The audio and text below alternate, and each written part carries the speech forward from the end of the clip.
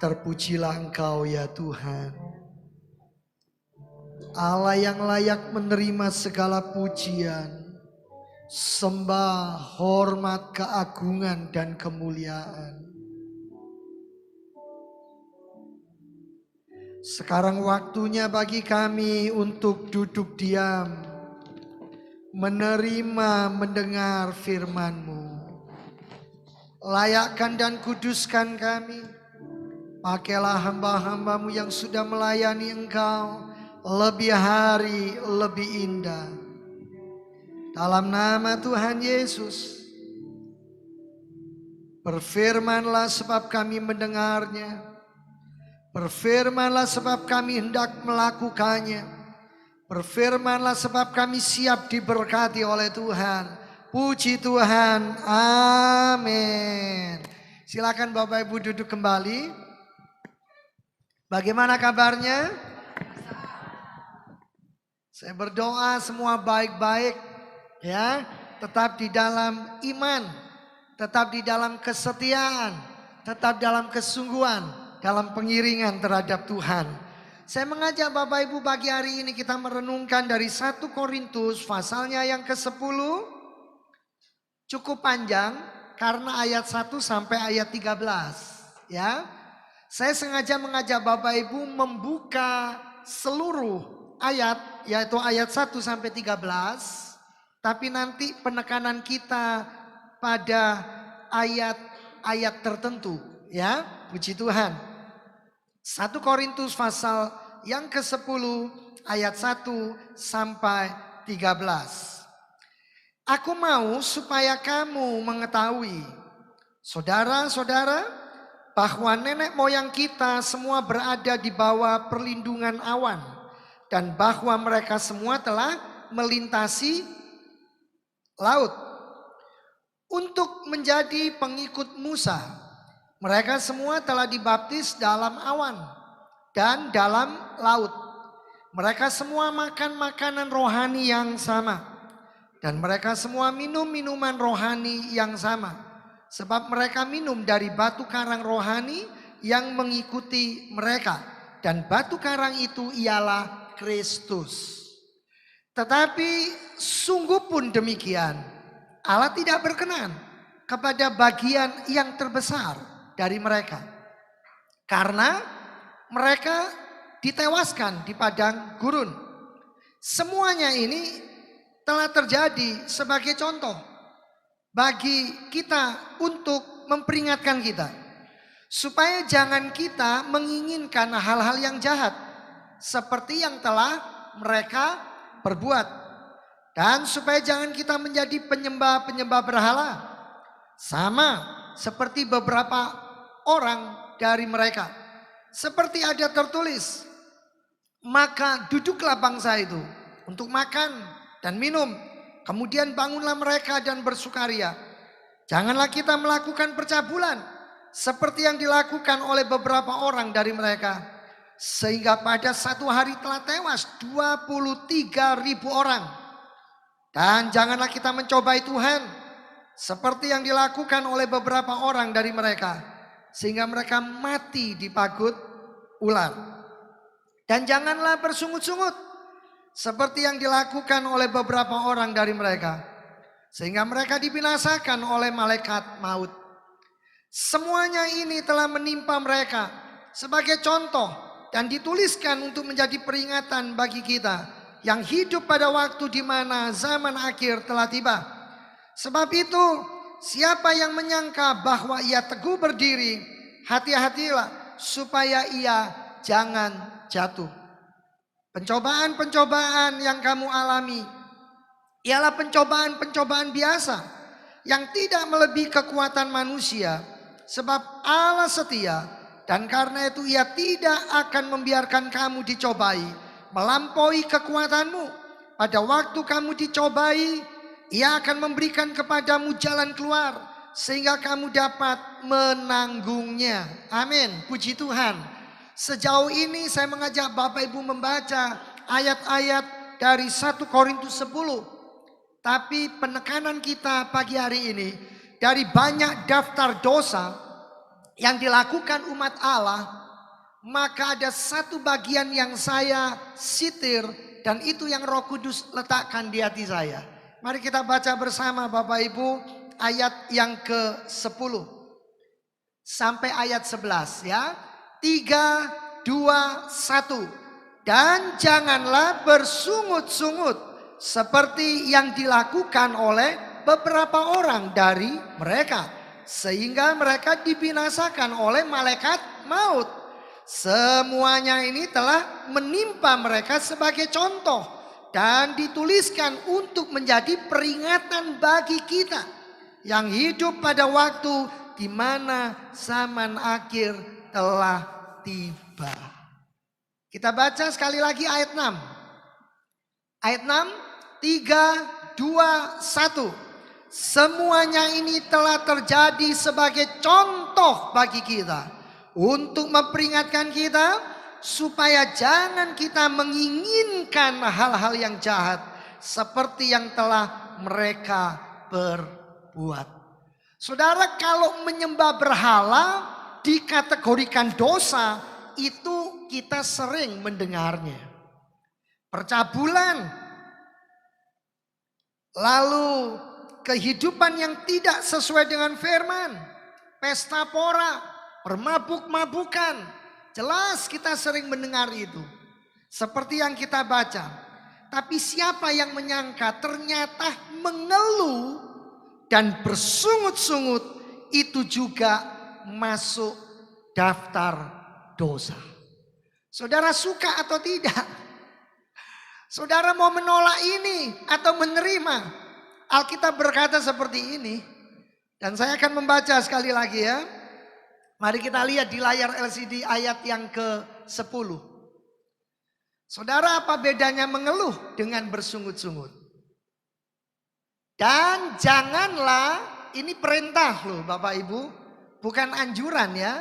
Bukan sebuah nasihat, tapi sebuah perintah. Perintah dari sorga untuk Bapak Ibu dan saya yang hidup pada masa akhir zaman ini ya. Ayo hati-hati dengan mulut Bapak Ibu, hati-hati dengan mulut saya. Jangan bersungut-sungut seperti yang dilakukan oleh beberapa orang dari mereka. Sehingga apa? Dari bersungut-sungut upahnya dibinasakan. Kalau mengeluh dan bersungut-sungut bukan dosa, kenapa Tuhan berurusan sama hal-hal yang seperti ini Bapak Ibu? Kita tanpa sadar, kita tanpa mengerti. Saya pernah mengeluh, Bapak Ibu pasti pernah mengeluh. Siapa dalam hidup ini yang tidak pernah mengeluh? Seorang ibu baru-baru ini berkata kepada saya, "Sudah Pak, biar. Saya sudah sampai pada satu pengertian. Saya anggap anak saya ini tidak ada lagi. Sudah biarkan dia melupakan saya. Kecil saya besarkan. Sekarang besar dia sudah bekerja. Tapi dia lupa untuk menghubungi saya. Saya sampai bilang, Nak, tolong telepon ke mama. Tolong cari tahu mamamu bagaimana." Alasannya bukan cuma 1001 alasan. Sudah Pak, saya sudah sampai pada satu titik. Saya anggap saya nggak punya dia lagi. Saya bilang, Ibu, hal yang seperti itu tidak boleh. Saudara, belum bekerja, minta bekerja. Sudah dapat pekerjaan, ada banyak pergumulan, ada banyak hal. Akhirnya bisa mengeluh. Saudara, mengeluh yang terus menerus itu akan menjadi sebuah persungutan di hadapan Tuhan. Saudara, karena itu hati-hati. Ketika kita mengeluh, ketika kita bersungut-sungut, itu akan memutuskan hubungan saudara dengan Tuhan tanpa saudara sadari. Tapi ketika dengan mulutmu saudara berkata, "Saya anak Tuhan, saya mengucap syukur, saya berterima kasih dengan segala keadaan saya," itu akan membawa saudara lebih dekat dengan Tuhan. Saudara, mari kita buka, karena kisah di dalam 1 Korintus 10 itu secara nyata ditulis di dalam kitab Bilangan pasal yang ke-14. Mari kita lihat. Bilangan pasal 14 langsung saja pada ayat 27 sampai 30. Saya percaya setiap kita pernah mengeluh, bahkan sampai pada bersungut-sungut. Nanti saya akan jelaskan apa sih bersungut-sungut itu. Mari kita lihat dulu Bilangan 14 ayat 27 sampai 30. Berapa lama lagi umat yang jahat ini akan bersungut-sungut? Saudara lihat predikat yang Tuhan berikan untuk orang yang suka bersungut-sungut. Itu jahat loh di mata Tuhan. Disebutkan itu jahat Bapak Ibu. Ya. Berarti ini apa? Menyakitkan hati Tuhan. Segala sesuatu yang disungut-sungutkan orang Israel kepadaku telah ku dengar. Saudara mengeluh, Tuhan mendengar. Saudara mendeklarasikan iman, Tuhan mendengar. Apa saja yang saudara keluhkan, Tuhan mendengar. Tuhan tahu. Kalau begitu, ucapkan yang baik, ucapkan yang benar, ucapkan yang mengandung pengucapan syukur, pujian, penyembahan, pengagungan akan Tuhan. Saudara akan terima hasilnya. Saudara mengeluh, saudara akan dapat hasilnya. Saudara bersungut-sungut, saudara akan terima akibatnya. Tapi kalau saudara mengucap syukur, saudara memuji menyembah Tuhan, saudara juga akan lihat, merasakan dan menikmati dampaknya. Terus ayat 28. Katakanlah kepada mereka, demi aku yang hidup, demikianlah firman Tuhan. Bahwasanya seperti yang kamu katakan di hadapanku, demikianlah akan kulakukan kepadamu. Saudara, jadi mengeluh bersungut-sungut. Banyak orang gak ngerti bahwa di balik itu ada muatan rohani. Yang Tuhan berkata itu akan terjadi. Itu akan aku lakukan. Itu akan kembali kepadamu. Karena itu hati-hati Bapak Ibu. Sekali lagi ini juga untuk saya loh. Saya juga sering mengeluh Bapak Ibu. Siapa di sini yang gak pernah mengeluh? Ayo tiba-tiba punggung sakit, leher kaku-kaku, tapi makannya yang mengandung kolesterol terus. Tapi mengeluhnya, waktu saudara makan tidak mengeluh, tapi sesudah makan baru saudara mengeluh. Ya, ayat 29. Di padang gurun ini bangkai-bangkaimu akan berhantaran. Yakni semua orang di antara kamu yang dicatat, semua tanpa terkecuali, yang berumur 20 tahun ke atas. Kenapa? Karena telah bersungut-sungut. Memang Bapak Ibu daftar dosanya tadi banyak yang disebutkan ya. Tapi Roh Kudus meletakkan sesuatu di hati saya supaya saya mengambil bagian ini dan mengingatkan Bapak Ibu dan untuk diri saya. Supaya kita tidak gampang ini mengomel, mengeluh, sampai bersungut. Sungut. Ayat 30. Bahwasanya kamu ini tidak akan masuk ke negeri yang dengan mengangkat sumpah telah kujanjikan akan kuberi kamu diami. Kecuali Kaleb bin Yefun dan Yosua bin Nun. Kenapa? Karena hatinya lain. Hatinya berbeda. Dengan demikian, kalau Bapak Ibu baca kalimat berikutnya, ayat berikutnya, karena hati mereka lain, jiwa mereka lain, roh mereka lain. Kenapa? Karena yang keluar dari mulut itu selalu asalnya dari hatimu.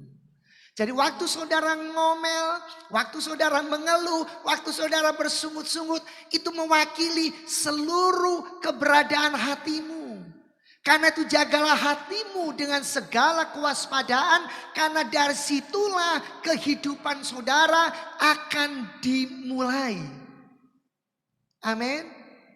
Tapi banyak anak Tuhan yang tidak pernah membayangkan bahwa apa yang dia ucapkan, apa yang dia katakan, apa yang dia ungkapkan itu mewakili hatinya. Kalau mewakili hatinya itu mewakili seluruh kehidupannya. Saudara, apa sih? Masa mengeluh saja itu dosa? Masa saya bersungut-sungut itu dosa? Lah ayatnya sudah kita baca kok.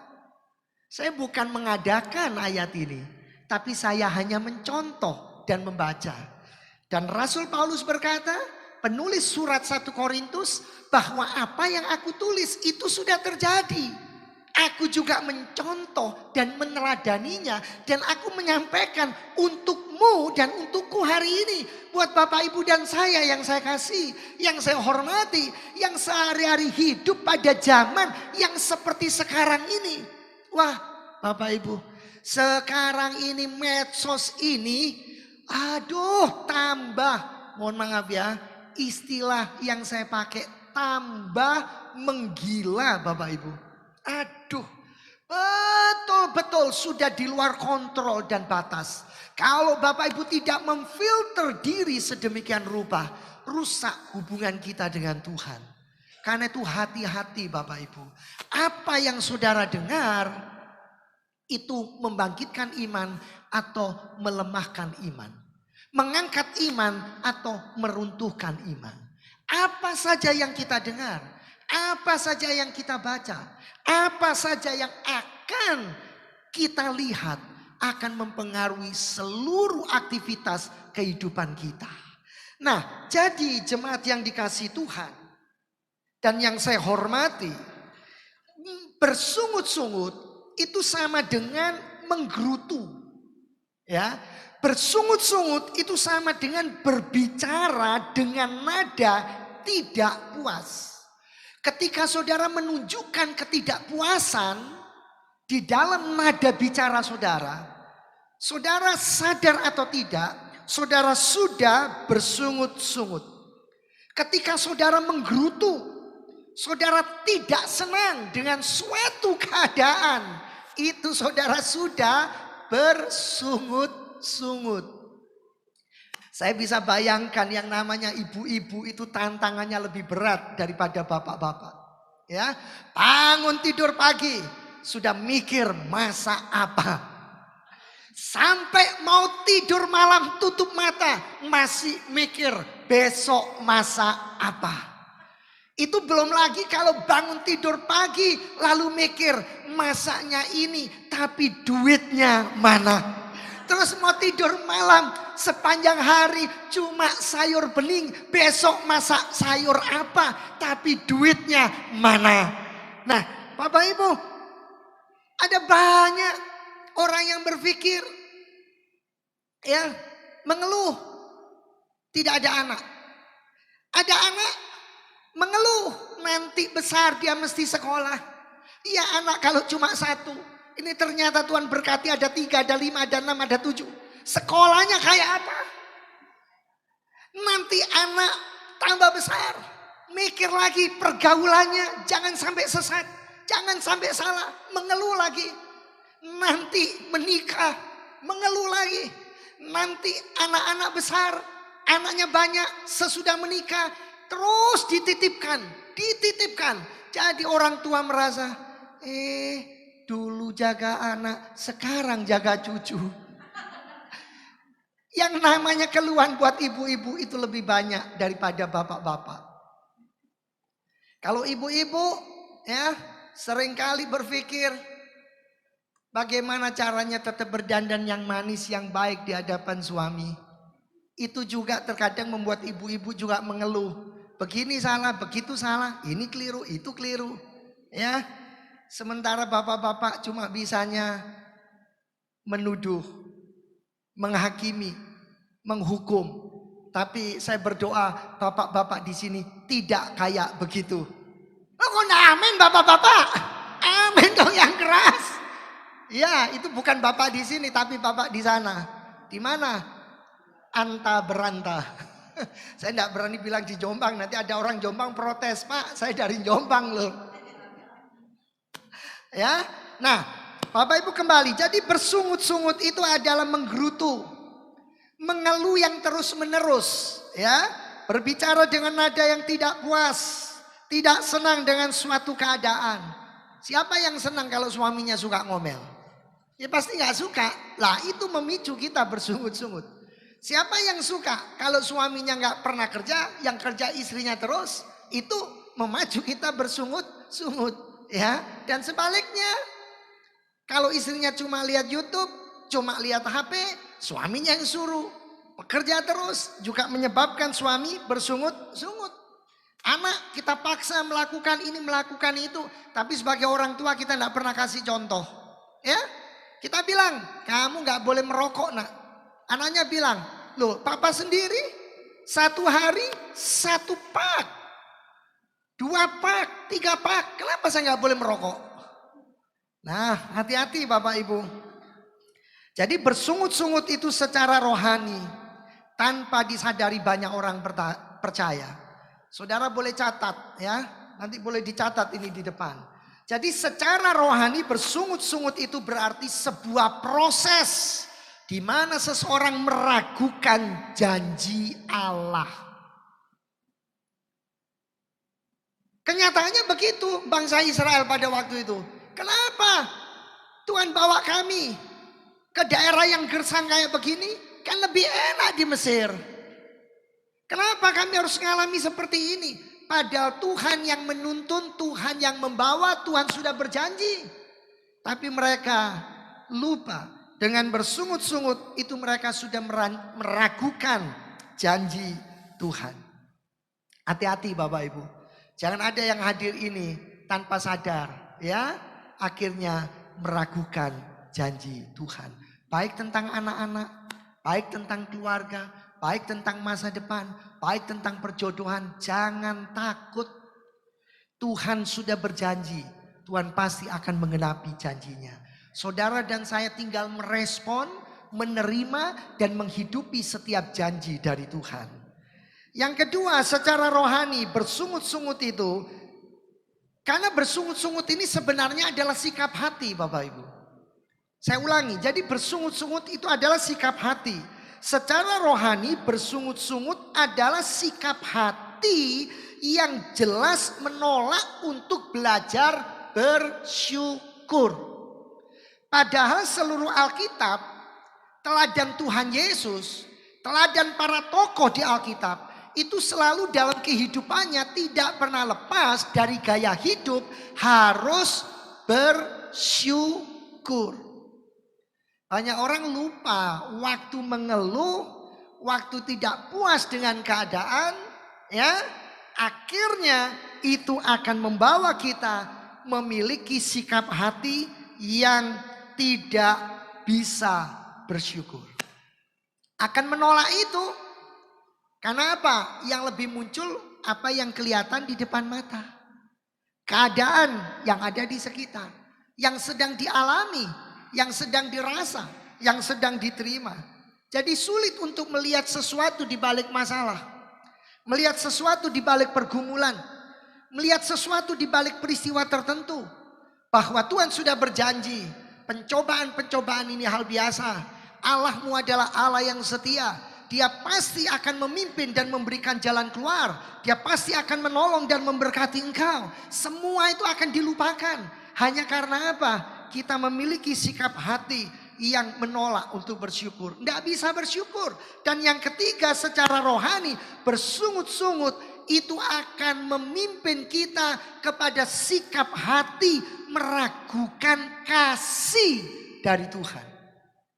Saudara akan berkata, aduh Tuhan kok seperti ini sih? Tuhan ini melihat atau enggak? Tuhan tahu atau enggak? Kenapa Tuhan biarkan? Saya sudah berdoa, saya sudah menyembah, saya sudah ke gereja, saya sudah setia. Ini loh Tuhan kok seolah-olah Tuhan enggak lihat, Tuhan enggak mengasihi saya. Saya berdoa itu tidak ada di tempat ini.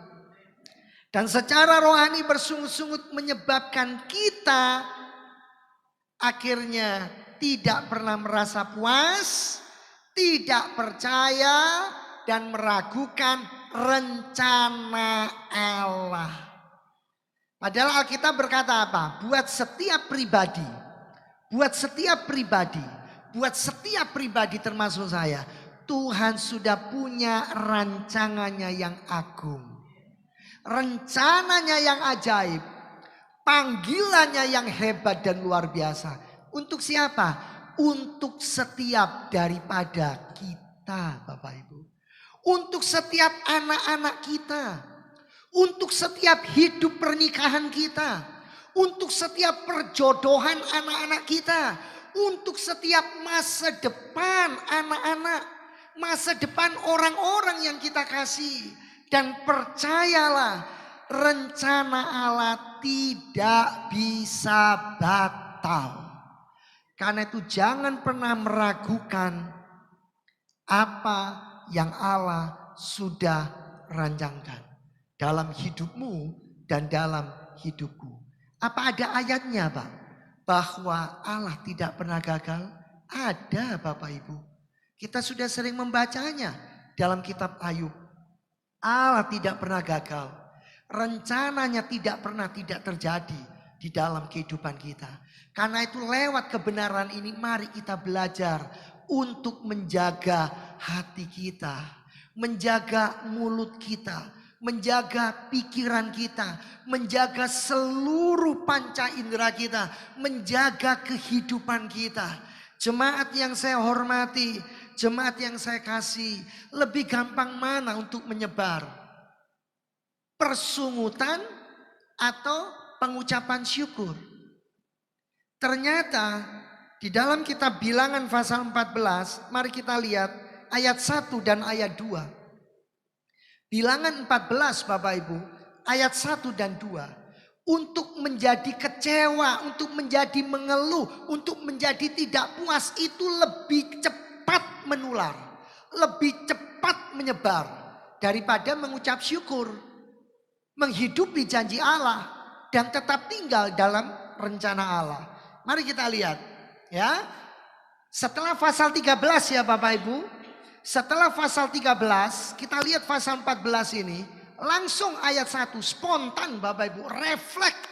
Lalu segenap umat itu mengeluarkan suara yang nyaring dan bangsa itu menangis pada malam itu juga.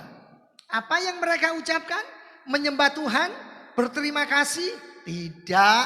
Bersungut-sungutlah semua orang Israel.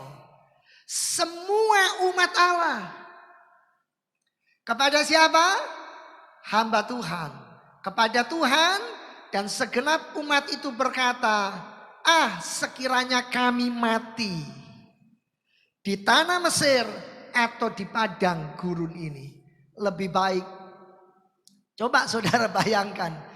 Ini menantang Tuhan. Ini memberontak kepada Tuhan. Saudara, seringkali kita seperti itu. Jadi apa yang diucapkan 10 pengintai itu lebih mujarab daripada yang disampaikan 2 orang, yaitu Yosua dan Kaleb. Jadi Bapak Ibu di rumah tolong baca ya. Bilangan pasal 13 secara keseluruhan supaya mengerti konteks ceritanya. Seringkali kita lebih gampang menerima, mendengar, merespon sesuatu yang sifatnya menggerutu, bersungut-sungut daripada menerima sesuatu yang harusnya mendorong kita tetap percaya bahwa bagi Tuhan tidak ada yang mustahil. Saudara, seluruh umat Israel semua loh. Saudara bisa bayangkan berapa juta orang itu. Semua. Dan mereka berkata apa? Benar loh yang diucapkan ini. Wah, kita ini menempuh sesuatu yang mustahil. Mustahil istri saya sembuh. Mustahil suami saya sembuh. Mustahil anak saya sembuh. Mustahil dia berprestasi. Mustahil dia bisa kuliah. Mustahil, mustahil, mustahil. Bagi Allah tidak ada yang tidak mungkin. Jemaat yang dikasihi Tuhan, coba kita lihat Bilangan 13. Nanti keseluruhan ayat baca di rumah. Tapi lihat pasal 13. Saya berikan sekilas ayat 31 sampai 33. Hari ini siapa yang saudara lihat? Masalahmu yang besar atau Allahmu yang lebih besar? Saudara lihat pergumulanmu yang hebat atau Allahmu yang lebih hebat? Saudara anak Allah atau anak setan? Kalau saudara anak Allah, percayalah Allah akan memimpin dan memberikan hikmat kepadamu. Lakukan bagianmu, dia akan mengerjakan bagiannya. Kerjakan apa yang harus engkau lakukan, maka Allah akan mengerjakan selebihnya. Kita lihat, tetapi orang-orang yang pergi ke sana bersama-sama dengan dia berkata, kita tidak dapat maju menyerang bangsa itu karena mereka lebih kuat daripada kita. Saudara, mereka ini sudah belajar Allah kita lebih hebat. Allah kita berperang ganti kita. Kenapa sekarang jadi seperti itu? Lihat, mereka menyampaikan kepada orang Israel kabar busuk. Alkitab berkata kabar busuk, bukan saya. Tentang negeri yang diintai mereka dengan berkata, negeri yang telah kami lalui untuk diintai adalah suatu negeri yang memakan penduduknya. Apakah benar penduduknya suka makan orang? Tidak. Tidak, Bapak Ibu. Seringkali kalau dokter akan berkata sesuatu yang lebih rendah dari apa yang saudara alami. Tapi mungkin orang yang tidak ngerti akan berkata yang lebih tinggi. Karena dia nggak tahu. Apapun. Bahkan yang sebaliknya. Jangan didengarkan kalau nggak sesuai Alkitab. Amin. Nih. Dan semua orang yang kami lihat di sana adalah orang-orang yang tinggi-tinggi perawakannya. Memang mau tinggi-tinggi seberapa? Sampai selangit. Memang lebih tinggi. Gak apa-apa. Allah kita lebih tinggi. Allah kita lebih besar. Saya ingin Bapak Ibu menghadapi situasi dan kondisi hari-hari ini. Jangan saudara patah semangat. Jangan saudara letih, lesu, kehilangan pengharapan. Tetap lihat di balik semua itu ada pertolongan Tuhan. Ayat 33. Juga kami lihat di sana orang-orang raksasa. Orang-orang enak yang berasal dari orang-orang raksasa. Dan kami lihat diri kami seperti apa yang kau ucapkan itu yang akan terjadi. Apa yang kau pikir itu yang akan kau terima. Hati-hati dengan perkataan saudara. Hati-hati dengan ucapan saudara. Amin. Loh, yang ada 2 orang. Yang hadir 150. Amin. Saya bukan mengajarkan terus begini ya saudara. Dalam nama Yesus rumah Pak Aryono jadi rumah saya. Bukan itu. Dalam nama Tuhan Yesus mobil sedanya Pak Aryono jadi mobil saya. Bukan itu maksud saya. Amin. Bukan kata-kata yang seperti itu. Tapi yang sesuai dengan iman di dalam Kristus. Yang sesuai Alkitab dan berdasarkan kapasitas saudara. Amin. Misalnya begini. Mungkin Bapak Ibu tanya, misalnya apa? Misalnya seperti ini. Saya adalah anak Tuhan. Tubuh saya bait Allah. Rumah Allah. Karena itu saya tidak mau untuk diisi hal-hal yang jahat. Yang tidak baik. Yang gak benar. Ya. Ketika saudara mendengar saudara disumpahi, saudara dikutuki, saudara akan berkata seperti ini. Semua sumpah, semua kutuk, segala serapah tidak akan pernah kena. Karena saya anak Tuhan. Ada Tuhan yang melindungi saya. Maksud saya kata-kata yang seperti itu. Amin. Ya, sekali lagi.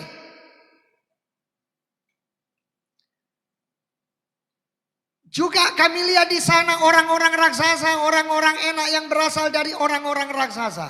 Dan kami lihat diri kami seperti belalang. Dan demikian juga mereka terhadap kami. Hati-hati Bapak Ibu. Ya, jangan pernah berkata seperti pujian Pentakosta kuno dulu. Biar saya miskin di sini. Tapi kaya di sorga. Meski diolok di sini. Tapi mulia di dalam sorga. Saya nggak pengen Bapak Ibu cerita Pak sampai saya untuk beli beras saja nggak bisa Pak. Jangan Bapak Ibu. Ya, kita ini harus punya pengertian. Uang memang bukan segala-galanya. Tapi segala sesuatu butuh uang. Bapak Ibu enggak bisa beli beras ke toko lalu bilang, Pak, Bu, saya jemaatnya Pak Tris. Jadi saya butuh beras sekarang 1 kilo sampai 5 kilo. Ya. Terus saudara pergi, ya ditangkap saudara. Akan dibilang, bayar dulu. Enggak peduli kamu ke gereja mana. Waktunya beli ya bayar. Betul enggak Bapak Ibu? Harus bayar. Nah, jadi Bapak Ibu jadikan uang itu bukan tuan, tapi saudara tuannya. Uang itu adalah hamba. Saudara punya lebih, saudara berkata, uang saya adalah tuanmu, kamu itu hambaku. Sekarang saya bungkus kamu di envelope, saya mau kasih kamu ke saudaraku seiman. Nah itu saudara jadi tuan yang baik. Amin. Bukan jadi hamba dari uang. Ya, amin Bapak Ibu. Ini ngomong tentang uang langsung semua sunyi gitu ya. Semua langsung sepi gitu. Ya. Saudara, karena bangsa Israel yang seperti ini, yang hari ini harus kita lihat untuk mengingatkan kita, kita jangan seperti mereka. Tujuan Tuhan apa sih? Tuhan mengingatkan ini supaya hidupmu dan hidupku, supaya saya dan Bapak Ibu tidak kehilangan berkat. Ayo ngomong sama kanan kiri, supaya kita tidak kehilangan berkat. Mestinya berkat sudah di depan mata. Saudara akhirnya kehilangan berkat. Kan rugi Bapak Ibu. Coba lihat bilangan 14. Bilangan 14 ayat 30. Hanya karena tidak puas, hanya karena mengeluh, hanya karena bersungut-sungut, tidak percaya, akhirnya apa? Berkat hilang. Berkat lenyap. Berkat itu seperti punya sayap. Kita lihat bilangan 14, mohon maaf, kok sampai 40. Saking semangatnya saya Bapak Ibu. Bilangan 14 ayat 30 ya. Bahwasanya kamu ini tidak akan masuk ke negeri yang dengan mengangkat sumpah telah kujanjikan akan kuberi kamu diami, kecuali Kaleb bin Yefun dan Yosua bin Nun. Kehilangan berkat. Amin. Janji Tuhan berkatnya apa? Kalau saudara bekerja, saudara layak mendapat upah. Dan dengan upah saudara bisa kelola, saudara bisa hidup, saudara bisa memuliakan Allah. Pak, bagaimana dengan kami yang sudah tidak bisa bekerja karena faktor usia memang harus pensiun? Ya enggak apa-apa Bapak Ibu. Tetaplah percaya. Tuhan tetap memberkati. Tuhan punya banyak cara untuk menolong Bapak Ibu dan saya. Anak-anak generasi berikutnya ya pasti akan mengingat orang tuanya, mengingat nenek moyangnya, dan pasti akan menjadi berkat. Karena itu jemaat yang dikasihi Tuhan, mari di tengah-tengah kehidupan yang seperti sekarang, harusnya bagaimana kita ini bersikap. Mungkin Bapak Ibu bertanya, ya sudah Pak, saya mau bertobat sekarang, saya mau belajar seperti Bapak juga belajar. Saya mau belajar seperti Bapak Ibu juga belajar. Yaitu tidak mengeluh lagi. Belajar tidak mengeluh lagi. Belajar tidak bersungut-sungut lagi. Dalam segala keadaan. Dalam segala situasi. Bagaimana caranya? Karena tadi saya bilang kan. Mengeluh itu. Bersungut-sungut itu. Sesungguhnya adalah sikap hati. Jangan bilang ya itu cuma kekilafan. Jangan bilang ya itu cuma kelemahan sesaat. Itu ternyata menggambarkan kehidupanmu. Menggambarkan kehidupan saya. Tapi saya gak pernah sadar. Saya gak pernah ngerti. Jadi Bapak Ibu, pagi ini saya juga harus bertobat di hadapan Tuhan. Ya, saya banyak mengeluh juga. Pasti Bapak Ibu mengerti apa yang saya maksud, ya. Bapak Ibu mungkin tanpa sadar, terkadang mengeluhnya Ini tagihan sudah jatuh tempo. Sementara uang di dompet cuma sekian. Di tabungan sudah nggak ada. Harus bagaimana? Saudara bisa memilih mengeluh atau saudara berdoa dan berkata, Tuhan, adalah janjimu. Engkau akan memenuhi segala kebutuhan dan keperluanku menurut kekayaan dan kemuliaanmu dalam Tuhan Yesus Kristus. Allah yang aku sembah, Allah yang aku layani.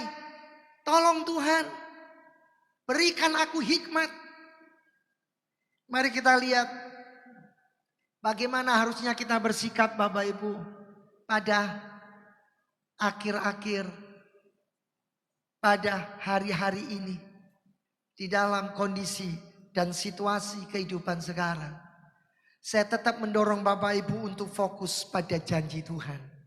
Bukan pada masalahmu, tapi pada apa yang Tuhan sedang kerjakan dalam hidupmu.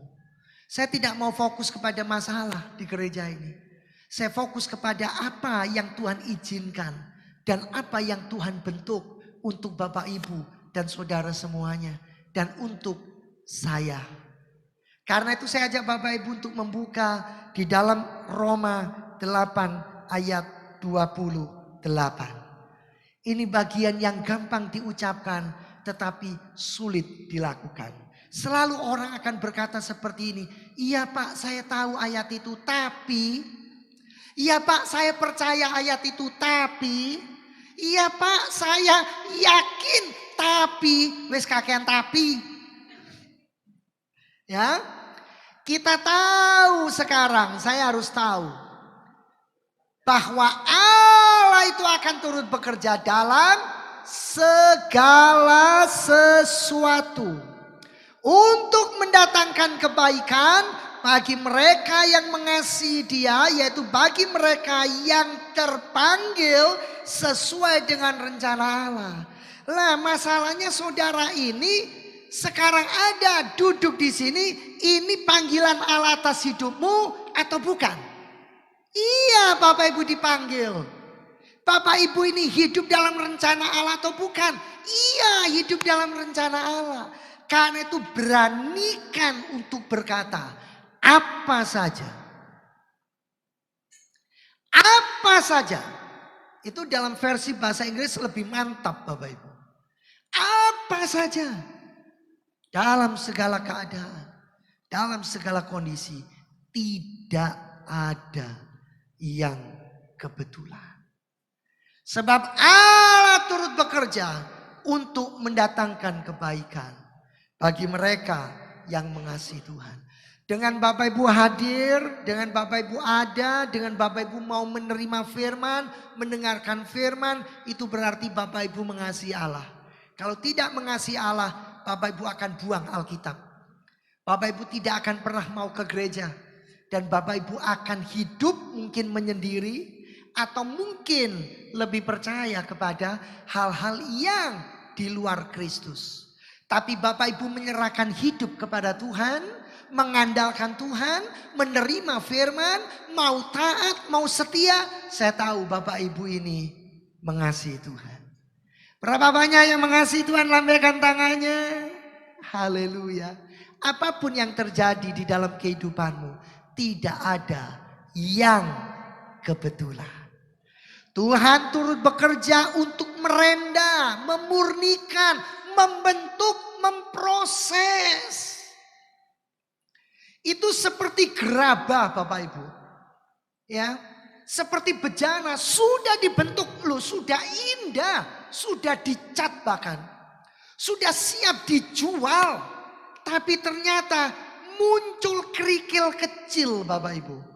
Yang terpegang oleh tangan si pembuat gerabah, pembuat bejana. Waduh, sebagai pembuat tidak puas. Lalu apa yang dilakukan? Yang dilakukan adalah didaur ulang, dibentuk ulang. Atau dia akan lakukan tindakan-tindakan untuk membuat gerabah ini, bejana ini betul-betul kelihatan tanpa kerikil, tanpa batu yang mencuat. Itulah Bapak Ibu, Tuhan inginkan buat Bapak Ibu dan saya. Sampai kita menjadi seperti Kristus. Amin. Gampang? Sulit Bapak Ibu. Sangat tidak mudah. Ya. Bapak Ibu bisa bayangkan loh, itu seluruh orang Israel tidak mendukung kepada Musa. Ya, hanya Yosua, hanya Kaleb yang mendukung. Tapi tetap Musa tidak mau bersungut-sungut. Saya berdoa Bapak Ibu juga sama. Amin. Puji Tuhan. Bagaimana harusnya kita bersikap? Tidak hanya fokus terhadap janji Allah. Jadi Bapak Ibu yang hadir ini jangan fokus kepada masalah. Saya punya masalah, Bapak Ibu punya masalah, kita semua punya masalah. Ada yang datang gak punya masalah? Bilang, saya kasih nanti. Kalau memang mau. Kan gak usah cari masalah. Tapi masalah harus diselesaikan. Percayalah. Di balik semua masalah, janji Tuhan apa? Dia akan menolong saudara sampai kita menemukan jalan keluarnya.